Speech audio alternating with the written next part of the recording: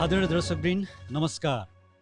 एनएसडिटी स्टुडियोको Facebook पेजमा फेरि हामी आएका छौँ र आजको हाम्रो शीर्षक छ विशेष गरेर अहिले भर्खरै मात्रै नेपालमा जुन नेपाल सरकारले नेपालको एउटा मानचित्र जब सार्वजनिक गरिसकेको छ त्यस पछाडि भारतीय मिडियाले जुन किसिमको प्रचार प्रसारहरू अनर्गल गरिराखेका छन्, प्रचार प्रसारहरू गरिरहेका छन्, रोइरहेका छन्, कराइरहेका छन्, चिच्याइरहेका छन्, यति अफवाह फैलाइरहेको अवस्थामा हाम्रो पनि केही दायित्व रहन्छ र हामीले पनि यो विषयमा केही बहसहरू गर्नुपर्छ भन्ने उद्देश्यले आजको कार्यक्रममा हामीले अथवा आजदेखि एनएसडिटी स्टुडियोमा फेरि हामीले नेपाल मानचित्र बहस सुरु गरेका छौँ।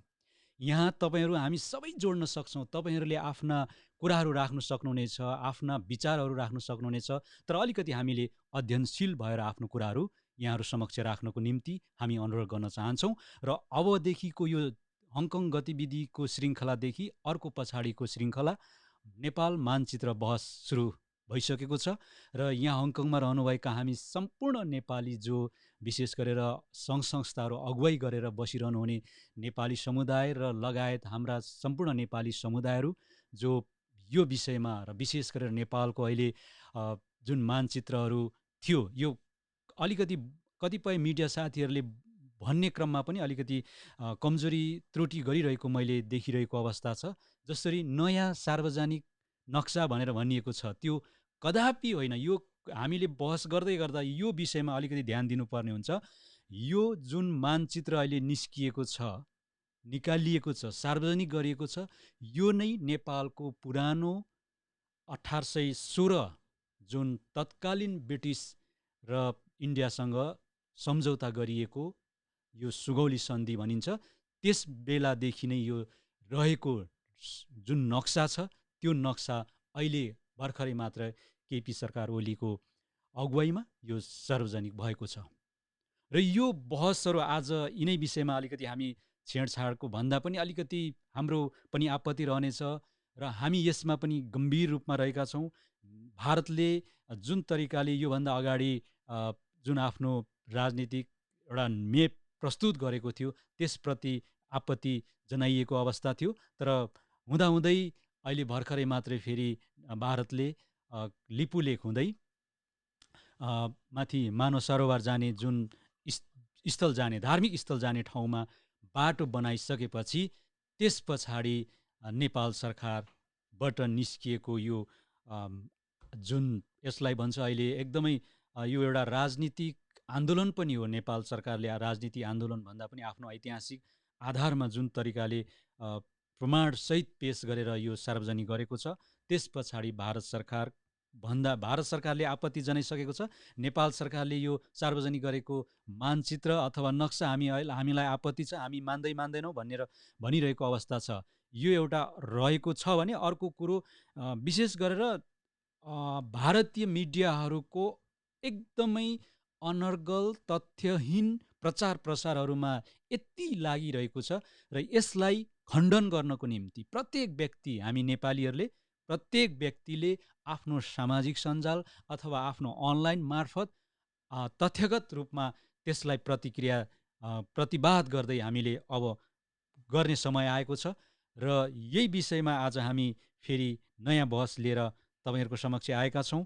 र टङ्कजी अब हामी आज जुन यो हाम्रो नेपालको नक्सा जुन तरिकाले अहिले निस्किएको छ, सार्वजनिक भएको छ, यो विषयमा भइसकेपछि जुन नेपाल र भारत बीचको सम्बन्धको दरारहरू पैदा भएको छ यो विषयमा के कस्ता किसिमका उदाहरणहरू अथवा हामीले नेपालका लागि दिन सक्छौँ र जुन भारतीयहरूले अहिले गरिरहेको आरोप प्रत्यारोप छ त्यो विषयमा पनि हामी खण्डन गर्नेछौँ र यहीँबाट सुरु गरौँ।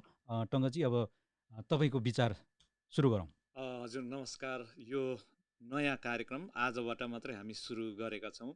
सन् 2020 मे 23 का दिनदेखि हामीले यो बहस सुरु गरेका छौँ र यो बहस हामीले नचाहेर अथवा चाहेर यो दुवै पक्षको बीचमा रहेर हामीले धेरैभन्दा धेरै चाहिँ नचाहँदै यो कार्यक्रम सुरु गरेका छौँ। किन भन्दाखेरि भारतले यति तल गिरेर मिडियाबाजी सुरु गरेको छ, त्यसको प्रतिवादको निम्ति पनि हामीले केही शब्द अगाडि बढाउने विचारले यो मिडियाबाजीमा हामी पनि उत्रेका छौँ र हाम्रो देशको लागि, हाम्रो सिमाना रक्षाको लागि, हामी एक नेपाली हुनुको नाताले र हामी एउटा गोर्खालीको सन्तान भएको हैसियतले हामीले हाम्रो देशको सुरक्षाको लागि, हाम्रो देशको चाहिँ गुमेको भूभाग अस्तित्वको लागि, रक्षाको लागि र जो ओगटेको छ त्यो भागमा इन्डियन सैनिकहरू हटाउनको लागि हामीले यो कार्य आजबाट थलानी गरेछौँ र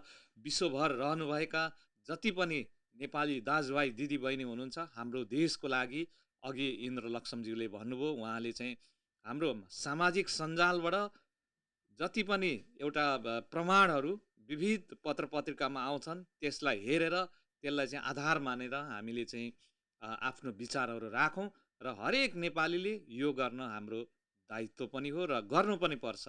र आज हामीले यो एनएचडिडी टिभी स्टुडियोको संयोजनमा हामीले यो कार्यक्रम थलनी गरेका छौँ र अब निरन्तर हाम्रो यो सीमा विवाद नटुङ्गिन्जेलसम्म यो श्रृङ्खला निरन्तर रहनेछ र खास गरेर 1827 को म्यापमा चाहिँ नेपालको भूभागबारे अलिकति म यहाँहरूलाई यो नयाँ पत्रिकाले छापेको न्युज म यहाँलाई वाचन गर्न चाहन्छु।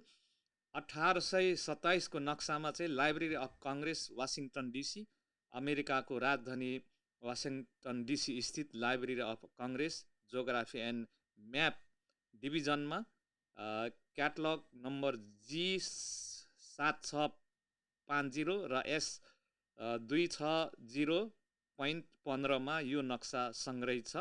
यो नक्सामा काली आर अर्थात् काली नदी देखिन्छ। त्यसको उद्गम लिम्पियाधुरा हो भन्ने स्पष्ट बुझिन्छ। यो नक्सा प्रकाशित हुँदा 11 वर्ष अघि सन् 1816 मा भएको सुगौली सन्धि अनुसार काली नदी सीमा नदी भएकोले त्योभन्दा पूर्व नेपाल र पश्चिम भारत हो र नदीभन्दा पूर्व नेपालमा कालापानी हट स्प्रिङ लेखेको देखिन्छ। यो नक्सा भन्छ नाभि गाउँ पनि नेपाल हो।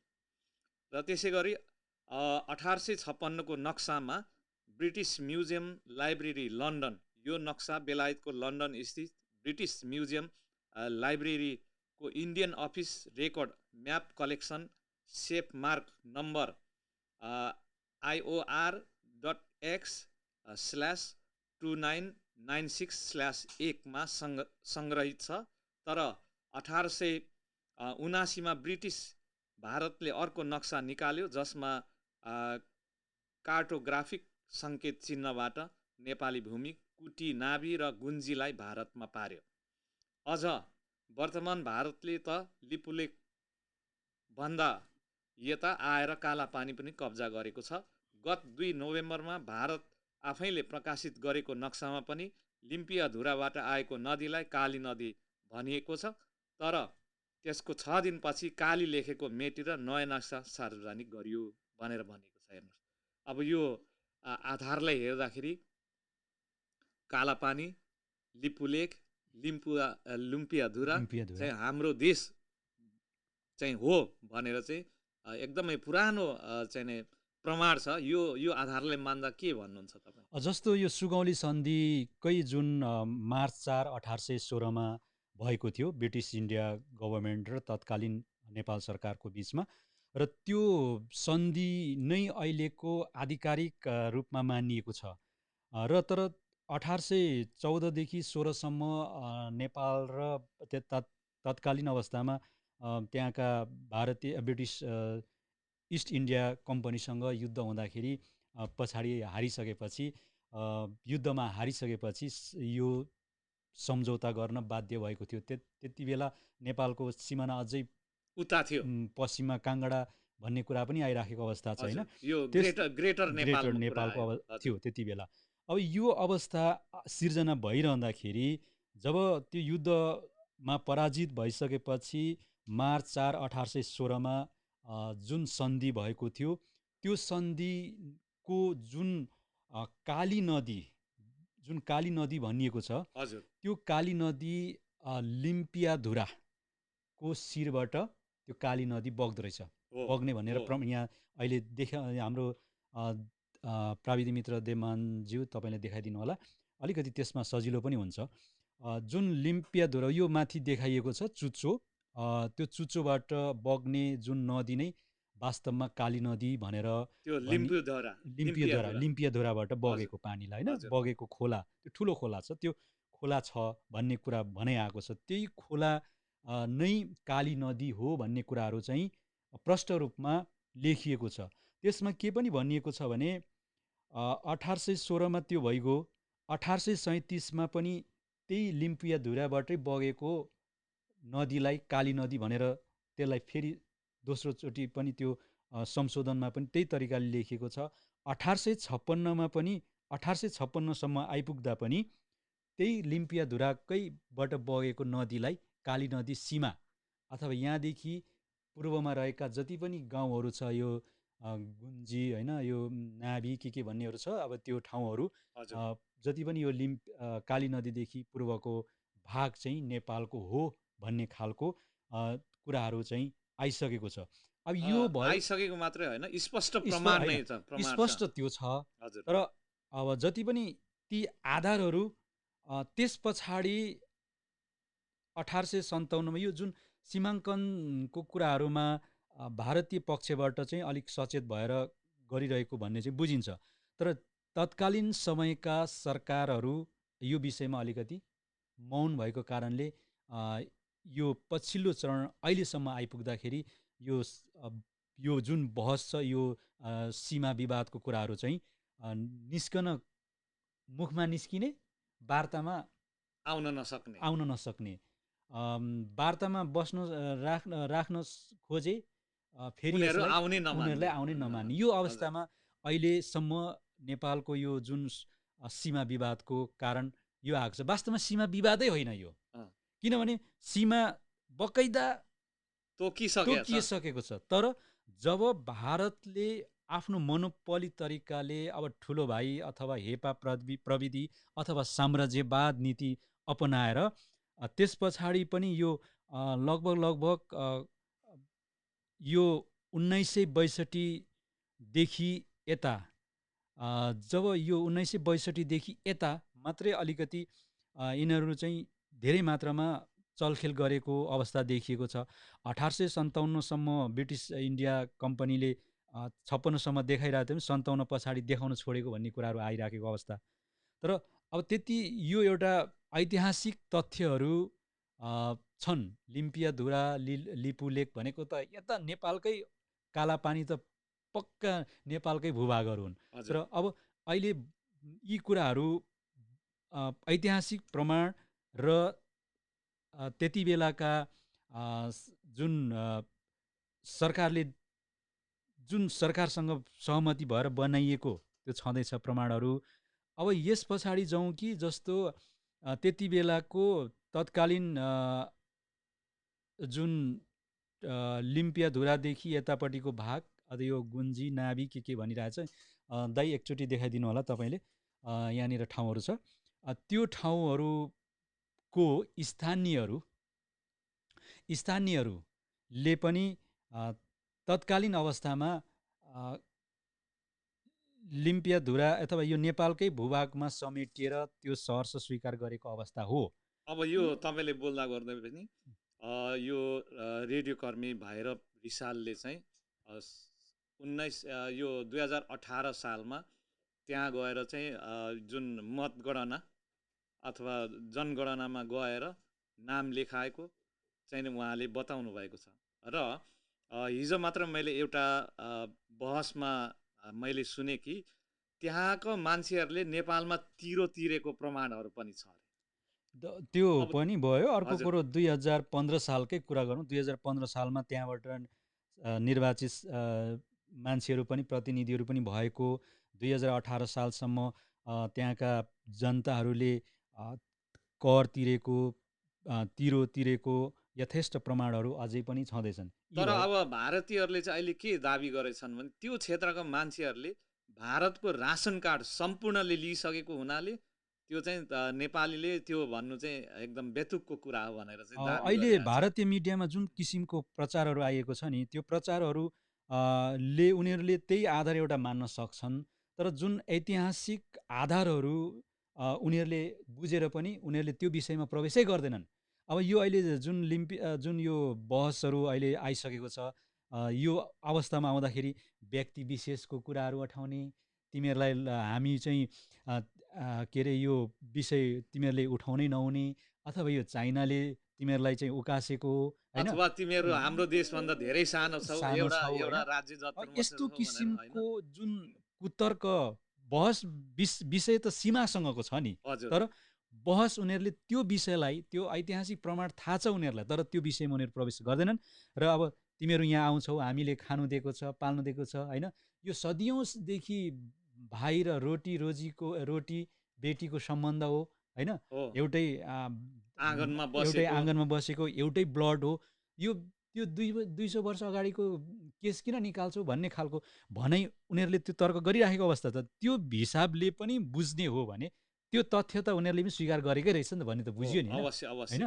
अब यसमा नेपालले सन् 1827 र 1856को नक्सा पेश गर्यो, जसमा काली नदी लिम्बुधुराबाट निस्किएको देखिन्छ। तर भारतले चाहिँ 1879को नक्सा देखाएर लिपु लेकसम्म आफ्नो दाबी प्रस्तुत गरेका छ, त्यसैले चाहिँ सहमति हुन सकेन भनेर भनिएको छ। हेर्नुहोस्, अब त्यो अब यो सहमति नहुनुको प्रमुख कारण किन, ऊ धेरै पछिको उनीहरूले आफै कृत्रिम एउटा काली नदी बनाएर चाहिँ बनाएको छ भनेछ। त्यो नदीलाई चाहिँ उनीहरूले चाहिँ के अरे सीमा बनाएर त्यो चाहिँ काला पानीभन्दा यताबाट बग्छ। त्यो त्यसो हुँदाखेरि यो कुरो के भयो भन्दाखेरि, एक त हाम्रो तत्कालीन सरकारहरू कमजोर भए है त्यो विषयमा, अनि अर्को कुरो जुन अघि रासन कार्डको कुराहरू आएको छ, जुन यो विषयमा पनि के चाहिँ भन्न सकिन्छ भने त्यो सम्भावना त्यहाँका जनताहरूले धेरै त्यतैबाट उपभोग गरे, हरेक कुराहरू आधारभूत आवश्यकताहरू त्यतै उपभोग गरे, आफूलाई केही पर्दा त्यतैतिर गए, सजिलो उनीहरूलाई भयो। अब यता हाम्रो अहिले यो लिम्पियाधुरा, कालापानी अथवा यो लिपु लेक जानु पर्यो भने अहिले भारतकै बाटो हुँदै जानुपर्ने अवस्था छ अहिलेको अवस्थामा होइन, सिधै जानै दिन्न। सरी, सिधै जानै दिन्न। त्यो पनि भयो। अर्को कुरो यहाँनिर के पनि छ भन्दाखेरि नेपालको बाटो हुँदै जानु पर्दाखेरि कठिन रुट छ अरे, भनेपछि अब खोला नालाहरू तर्नु पर्यो, बाटोघाटो छैन होइन, पुल छैन। यी कारणहरूले पनि हाम्रो सरकारले अलिकति अब यो त्यति त्यो विषयमा खासै त्यहाँका जनताहरूको चासोहरू अथवा यो पनि यो ठाउँ छ, यहाँ पनि हामीले केही हेर्नुपर्छ भन्ने खालको सोच नगएको कारणले भारतीय पक्षबाट बिस्तारै बिस्तारै त्यो अतिक्रमण गर्दै आएको हो। तर जब यसको अतिक्रमणको व्यापक रूप चाहिँ अब हामीले अध्ययन गरे अनुसार, अध्ययनमा आए अनुसार, ऐतिहासिक प्रमाणका कुराहरू हामीले त त्यति बेला जन्मेका त होइनौँ होइन, हामीले ती आधारहरू, जुन तथ्यगत आधारहरू, कागजी प्रमाणहरू जुन अहिले प्रशस्त मात्रामा नेपाल सरकारसँग छ, त्यसैको आधारमा निस्किएका समाचारहरूलाई हामीले पनि यहाँ सम्भार गरेर भनिरहेको अवस्था हो। जस्तो अलिकति बढी मात्रामा यो क्षेत्र कालापानीमै भारतीय सैनिकहरू आउनको कारण र बस्नको कारण चाहिँ 1962मा नेपाल र चीन युद्ध हुँदाखेरि, नेपाल र चीन र भारत युद्ध हुँदाखेरि चीनबाट परास्त भयो भारतीय सैनिकहरू होइन। यो जुन यो समाचारहरू अथवा यो तथ्यगतहरू भारतीय मिडियाले भन्दैन है, जति अहिले प्रचारमा आएको छ नि त्यो भनेकै छैन। अब त्यो 1962मा तत्कालीन अवस्थामा 17वटा पोस्ट खडा गरेको थियो, 17वटा पोस्ट होइन, हजुर। त्यसमा पछाडि 16वटा पोस्ट हटायो। यो चाहिँ राजा महेन्द्रले नै फेरि हटाउन लगाएको भन्ने कुरा सम्पूर्ण नै हटाउन लगाएको। तर त्यसमा फेरि उनीहरूले एउटा पोस्ट राखे, आनाकानी गरेर पछि हटाउँछौ भनेर त्यही पोस्ट राखेको कारणले त्यस पछाडि त्यहाँ चाहिँ के भयो भन्दा, यदि कोही नेपालीहरू यता आउन खोजे पनि उनीहरूले रोक्ने अवस्था भयो, यताको मान्छे त्यता जान खोजे पनि रोक्ने भयो होइन। त्यस कारणले गर्दा त्यो त्यति बेलादेखि अझै यो कृत्रिम कालीहरू बनाइएको, त्यस पछाडि भूमिहरू चाहिँ अतिक्रमण गर्दै कालापानीकोमी भित्र सम्म प्रवेश गरेर अहिले कृत्रिम नदी खडा गरेर यहाँसम्म हो, यो हो काली नदी भन्ने खालको अफवाहहरू भारतीय मिडियाहरूले फैलाइरहेको अवस्था यहाँलाई जानकारी गराउन चाहन्छौँ। यो त्यस कारणले गर्दा यी अफवाहहरू छन्, यी अफवाहहरूलाई अब हामीले चिर्नै पर्ने हुन्छ। त्यसो हुँदाखेरि जुन यो अघि भनियो 2018 सालमा त्यहाँ स्थानीय जनताहरूले कर तिरेकोहरू, 15 सालमा चुनावहरू लडेकोहरू अथवा हरेक कुराहरू चाहिँ नेपालसँगै सम्बन्धित छ, प्रमाणहरू छन्, यथेष्ट प्रमाणहरू छन्। र यो सुगौली सन्धिको जुन प्रमाणहरू अझै पनि भारतमै पनि छ, यहाँ नेपालको उसमा नभए पनि बेलायतको लाइब्रेरीमा पनि छ, सुरक्षित छ नि त, छैन? र अर्को कुरो साथसाथै यो मानेमा भारतीयहरू जुन एकदमै रोइ कराई गरिराखेका छन् है, अनर्गल प्रचारहरू गरिराखेका छन्। तर यो यसरी भनिरहँदा हिन्दी बीबीसीले पनि काली नदी लिम्पियाधुराबाट बगेको नदी हो र जुन अहिले विवादित क्षेत्र नेपालको भनेर भनिसकेको छ। भनेपछि हामीसँग यति यथेष्ट प्रमाणहरू छ, अथवा नेपाल सरकारसँग यति यथेष्ट प्रमाण छन्, र त्यो हुँदाहुँदै पनि भारतीय विस्तारवादको यो पेलान अथवा अतिक्रमणले नेपाललाई जुन तरिकाले यहाँसम्म ल्याएको छ, त्यो लिम्पियाधुरादेखि कालापानीसम्मको भूभाग लगभग र अहिले लगभग 400 वर्ग किलोमिटर होइन, 335 त त्यो तपाईँको अहिले उनीहरूले नक्कली खडा गरेको कालीदेखि उताको भाग हो है।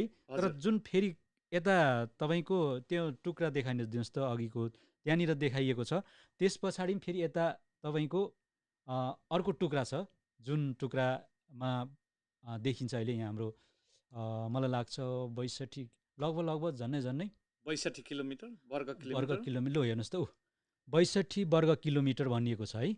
त्यो उनीहरूले पछाडि त्योमै यता काली नदीको जुन नक्कली काली नदी उनीहरूले खडा गरेछ, त्यस पछाडिको यता भागहरू जुन त्यो यो निलो भागदेखि यता र्याग गरेछ नि, त्यो देखाउनु होला हो। त्यो पनि अहिले उनीहरूले नै हाम्रै हो भनेर दाबी गरिरहेको छ। त्यहीँबाट उनीहरूले मानव सरोवरको बाटो खडा गरिरहेको अवस्था छ।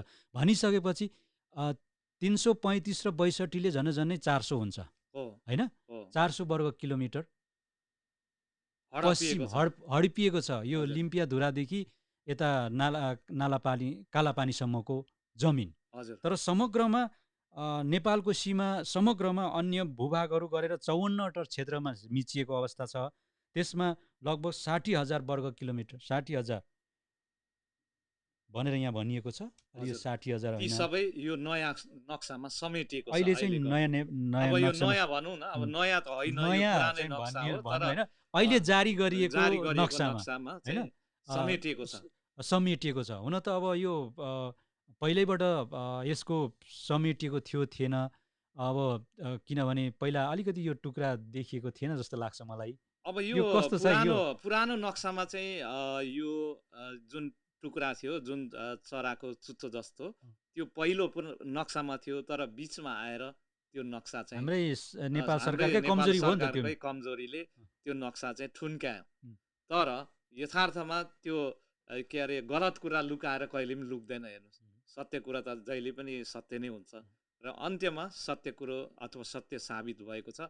र अहिलेको हाल यो अब जुन एउटा बहुमतको सरकार छ, यो सरकारले जुन एउटा यो नक्सा जारी गर्ने हिम्मत गर्यो, यो एउटा एकदमै ऐतिहासिक कार्य छ, र यो हिम्मत गर्नु नै छ र गर्नुपर्छ। यो सरकारको चाहिँ जुन एउटा हिम्मत छ, त्यसलाई हामी तारिफ गर्न चाहन्छौँ। र योभन्दा अगाडि आएका सरकारहरूले यस्तो हिम्मत गर्न सकेको थिएन। र अब यो सरकारलाई यो सीमा विवादको बारेमा, यो नयाँ नक्सा, नेपालको नयाँ नक्सा अथवा जारी गरेको नक्साको विषयमा हामी सम्पूर्ण नेपालीहरू एकजुट भएर लाग्नुपर्छ, र भारतको विरुद्धमा हामी उभ्न जरुरी छ, किनभने हामी एउटा सिङ्गो देश हो। हामी भारतको कुनै चाहिँ उसको अन्डरमा बस्नुपर्ने कुनै अन्तर्राष्ट्रिय नियम कानुन पनि छैन। हामी एउटा सिङ्गो देश हो र देश भएकोले हामी स्वाभिमानका साथ उभ्न हामीले सिक्नुपर्छ, जान्नुपर्छ र जहिले तहिले भारतको अन्डरमा रहेर चाहिँ हामीले जीवनयापन गर्नु हुँदैन। र योभन्दा अगाडिका कतिपय नेताहरू सत्ता लोलुपका कारण चाहिँ भारतको अन्डरमा बसेर नेपाली नक्सा समेत बिगार्न बाध्य भएका थिए भने अब त्यो नक्सा बिगार्ने नेताहरूलाई पनि हामीले चिन्न जरुरी छ। जसले त्यो गरे उहाँहरूले चाहिँ प्रायश्चित गर्नुपर्छ। अब हामीले चिन्यौँ भने त्यस्ता मान्छेलाई कालो मसो दल्न पनि पछि पर्नु हुँदैन। हेर्नुहोस्, त्यो पनि अब छ, अर्को छ। अर्को जस्तो यो जुन यो विषय अहिले सामाजिक सञ्जालमा एक प्रकारले समाचारहरू आफ्नो ठाउँमा छ, तर सामाजिक सञ्जालमा यति भाइरल भइरहेको छ यो समाचारहरू, जस्तो यहाँनिर व्यक्ति विशेषलाई तिमीहरूलाई हामीले बनायौँ, उदित नारायणलाई बनायौँ, मनिषालाई बनायौँ, तिमीहरू अहिले आएर भारतको विरोध गर्छौ, यस्तो यहाँको नुन खाएर नेपालको विरोध गर्छौ भन्ने खालको यस्ता किसिमका भारतको नुन खाएर चीनको गीत गायो भनेर चाहिँ मनिषा कोइरालालाई समेत त्यस्तो किसिमको कुतर्कहरू मात्रै अहिले भारतीय मिडियाले प्रचार गरिरहेको अवस्था छ। र त्यसो हुँदाखेरि भारतीय मिडिया यति फटा छ, यति जालिम छ भनी यति निर्दयी छ, जसले हिजोस्ति कोरोना भाइरस को बेला पनि उताबाट नेपालबाट 200-300 कोरोना भाइरसको पठाउँदैछ भनेर त्यस्तो किसिमको अफवाहहरू पनि फैलाइरहेको अवस्था थियो, अफवाहहरू फैलाइरहेको थियो। त्यस्तो किसिमको अत्याचारी निर्दयी यी भारतीय मिडियाहरू अहिले लागिरहेको छ। अब यसको लागि प्रतिवाद गर्ने भनेको के हो भन्दाखेरि हामीले पनि हाम्रा नेपालमा रहेका बिग मिडिया हाउसले पनि प्रतिकार गर्नु पर्यो। हामीसँग चाहिँ ऐतिहासिक प्रमाणहरू छन्, तथ्यहरू छन्, आधारहरू छन्। ती आधारहरू हामीसँग बलियो प्रमाणहरू हामीले पेश गर्नुपर्ने हुन्छ। उनीहरूसँग त छैन। उनीहरूले त बोल्ने हजारौँ चोटि झुट बोल्दा सत्य साबित गर्ने पनि हुन्छ अरे। त्यस कारणले गर्दा त्यो अभियानमा उनीहरू लागेको छ। तर हामीले हाम्रो ऐतिहासिक तथ्यहरूलाई राख्नुपर्छ र त्यो राख्नुको साथसाथै अहिले हामीले प्रत्येक व्यक्तिहरूले अब हामीले हतियारसँग युद्ध गर्न सकिँदैन। तर भारतले भन्छ 15 लाख सेना है हाम्रो, नेपालमा 1 लाख मात्रै सेना छ, हामीसँग हतियार यस्तो। यो एक प्रकारले मानसिक तरिकाले नेपाल सरकारलाई पनि गिराउन चाहन्छ, तनाव दिन खोजिराखेको छ। उसले आफ्नो हैकम जनाउन खोजिरहेको छ। हामी यो नेपाललाई चाहियौँ भने नेपाल 1 घन्टामा लिन सक्छौँ भन्ने खालको त्यो तरिकाले पनि भारतीय मिडियाहरू प्रचारबाजीमा ओर्लिरहेको अवस्था छ। यसको खण्डन अब हामीले गर्नै पर्छ। र यसरी जुन यो विषयमा चाहिँ अब हामी एकदमै हामीले आफै पनि आफ्नो अनलाइन मार्फत, सामाजिक मार्फत, सञ्जाल मार्फत चाहिँ हामीले एकदमै बहस गर्नु जरुरी छ, प्रतिवाद गर्नु जरुरी छ। र यहाँ तर प्रतिवाद गर्दाखेरि केही आधारहरू, जुन तथ्यहरू छन्, ती तथ्यहरूलाई पनि तपाईँहरूले पेश गर्नुपर्ने हुन्छ। अहिलेको युद्ध भनेको अब हाम्रो भारतबाट मुक्त हुन, अथवा यो जुन अहिले निस्किएको जुन नक्सा छ त्यो नक्सालाई नेपालकै हो भन्ने कुराहरू हुँदाहुँदै पनि अझै यसलाई चाहिँ हामीले व्यक्ति विशेषले पनि सामाजिक सञ्जाल र अनलाइनमै वार लडेर विजय प्राप्त गर्नुपर्नेछ। ठुलो हतियार नेपाल र भारतमा हुँदैन। तर नेपाल सरकारले पनि अब यो जुन अवलम्बन गरे, जुन एक प्रकारले ऊ पनि वार जोनमा पसिसकेको अवस्था छ, त्यसलाई उसले निरन्तरता दिनुपर्छ। माथिल्लो त यो सचिव लेभलको तर्फबाट अब यो समाधान हुने छैन। र भारतको पनि उच्च लेभलका पदाधिकारीहरूले पनि यो विषयको टाउको दुखाइ भइसकेको छ। उनीहरूलाई पनि अब बेइज्जत भयो हाम्रो भन्ने किसिमको उनीहरूलाई आइसकेको छ। उनीहरूलाई भन्नुको उनीहरूलाई सङ्केत भने हाम्रो भारतको चाहिँ नेपालले बेइज्जत गर्यो भन्ने मात्रै छ। र यो बेइज्जत गराउनु पर्छ अब हामीले, होइन, विश्वव्यापी यही बेइज्जत गराउने मात्रै अभियान सुरु गर्नुपर्छ। त्यस पछाडि केही हदसम्म यो समाधान हुन्छ र हुनु पनि पर्छ भन्ने एउटा हाम्रो तर्क रहेको छ। र यो बोल्दै गर्दाखेरि आवेशमा आइन्छ, ब्लड उम्लिन्छ, होइन, त्यो निश्चय नै एउटा देशको कुरा आउँछ त्यहाँनेर। यति हुँदाहुँदै पनि अब हामीसँग अर्को बहसमा आउँछौँ। समय हामीसँग छैन। टङ्कजी अब बिटै मारिदिनु होला तपाईँ। हजुर, अब अन्त्यमा हामी यो बहस चाहिँ एक प्रकारले मिडिया वारको लागि हामीले चाहिँ यो सुरु गरेका हौँ र भारतसँग हामीले मिडिया वार नगरी अब हाम्रो खैरात छैन, किनभने हामीसँग हतियारले उनीहरूलाई जित्ने सम्भावना छैन। विश्व जनमानसलाई हाम्रो नेपालको पक्षमा जम्मा गरेर अनि हामीले चाहिँ ठुलो आफ्नो पक्षलाई ठुलो बनाएर चाहिँ उसलाई मानसिक रूपमा गिराउनु छ। हेर्नुहोस्, सबैभन्दा ठुलो कुरो मान्छेलाई युद्धमा जित्नको लागि उसको मानसिकतालाई चाहिँ कमजोर बनाउनु हो। हतियारलाई कमजोर गर्नुभन्दा पहिला उसको मानसिकता कमजोर गऱ्यौँ भने उसको हातमा भएको हतियार पनि भुइँमा खस्छ। हेर्नुहोस्, हो त्यो भएकोले यो हाम्रो एउटा मिडिया वार चाहिँ हामीले सुरु गरेका हौँ र तपाईँहरूले पनि सल्लाह सुझाव दिनुहोला। हामीले कस्तो प्रकारको कुराहरू चाहिँ यहाँ राख्दा ठिक होला र नेपालको पक्षमा कस्तो जनमानस चाहिँ जम्मा गर्ने र हामीले कुन प्रकारले यो के अरे यो जुन बहसलाई अगाडि बढाउने यो विषयमा तपाईँहरूको सल्लाह सुझावको अपेक्षा गर्छौँ। र खास गरेर यो वार हामीले यो जुन एउटा मिडिया वार जानी नजानी हामीले गरेका छौँ, कतिपय गलत कुराहरू पनि आउला होइन। र भरसक हामीले चाहिँ ऐतिहासिक तथ्यहरूलाई नै यहाँ हामीले समावेश गरेका छौँ होइन। र यदि कुनै त्यो ऐतिहासिक पक्षका कुराहरू गलत भए यहाँहरूले चाहिँ यो तल कमेन्ट बक्समा गएर हामीलाई राख्नुहोला होइन। र टङ्कजीले भन्दै गलत सायद त्यो अहिले जुन हामीले भनेका जुन तथ्यहरू छन् हजुर त्यो गलत नहुन पनि सक्छ। तर यदि गलत भइहाले पनि भारतीय मिडिया जस्तो अनर्गल र कुप्रचार चाहिँ हुने छैन पक्कै पनि। र हामीले भरसक सक्यौँ भने अन्तर्राष्ट्रियकरण हाम्रो मुद्दालाई अन्तर्राष्ट्रियकरण गर्नको लागि यदि अङ्ग्रेजीमा सक्नुहुने व्यक्तिहरू हुनुहुन्छ भने आफ्नो वालमा अङ्ग्रेजीबाटै यो हाम्रो सीमाको विवादको कुरा पनि गर्नुहोस्। जति अङ्ग्रेजीमा आउँछ विश्वव्यापी त्यो कुरा बुझिने गरिन्छ। यदि अब नेपालीमा गऱ्यो भने हामी नेपालीमा मात्रै यो लगभग रहन्छ होइन। अनि त्यो भएकोले मलाई लाग्छ पक्कै पनि आउँदो दिनमा र यो नयाँ बहसको लागि तपाईँहरूले साथ दिनुहुनेछ भन्ने मलाई लागेको छ होइन। इन्द्रजी केही छ कि छैन सर?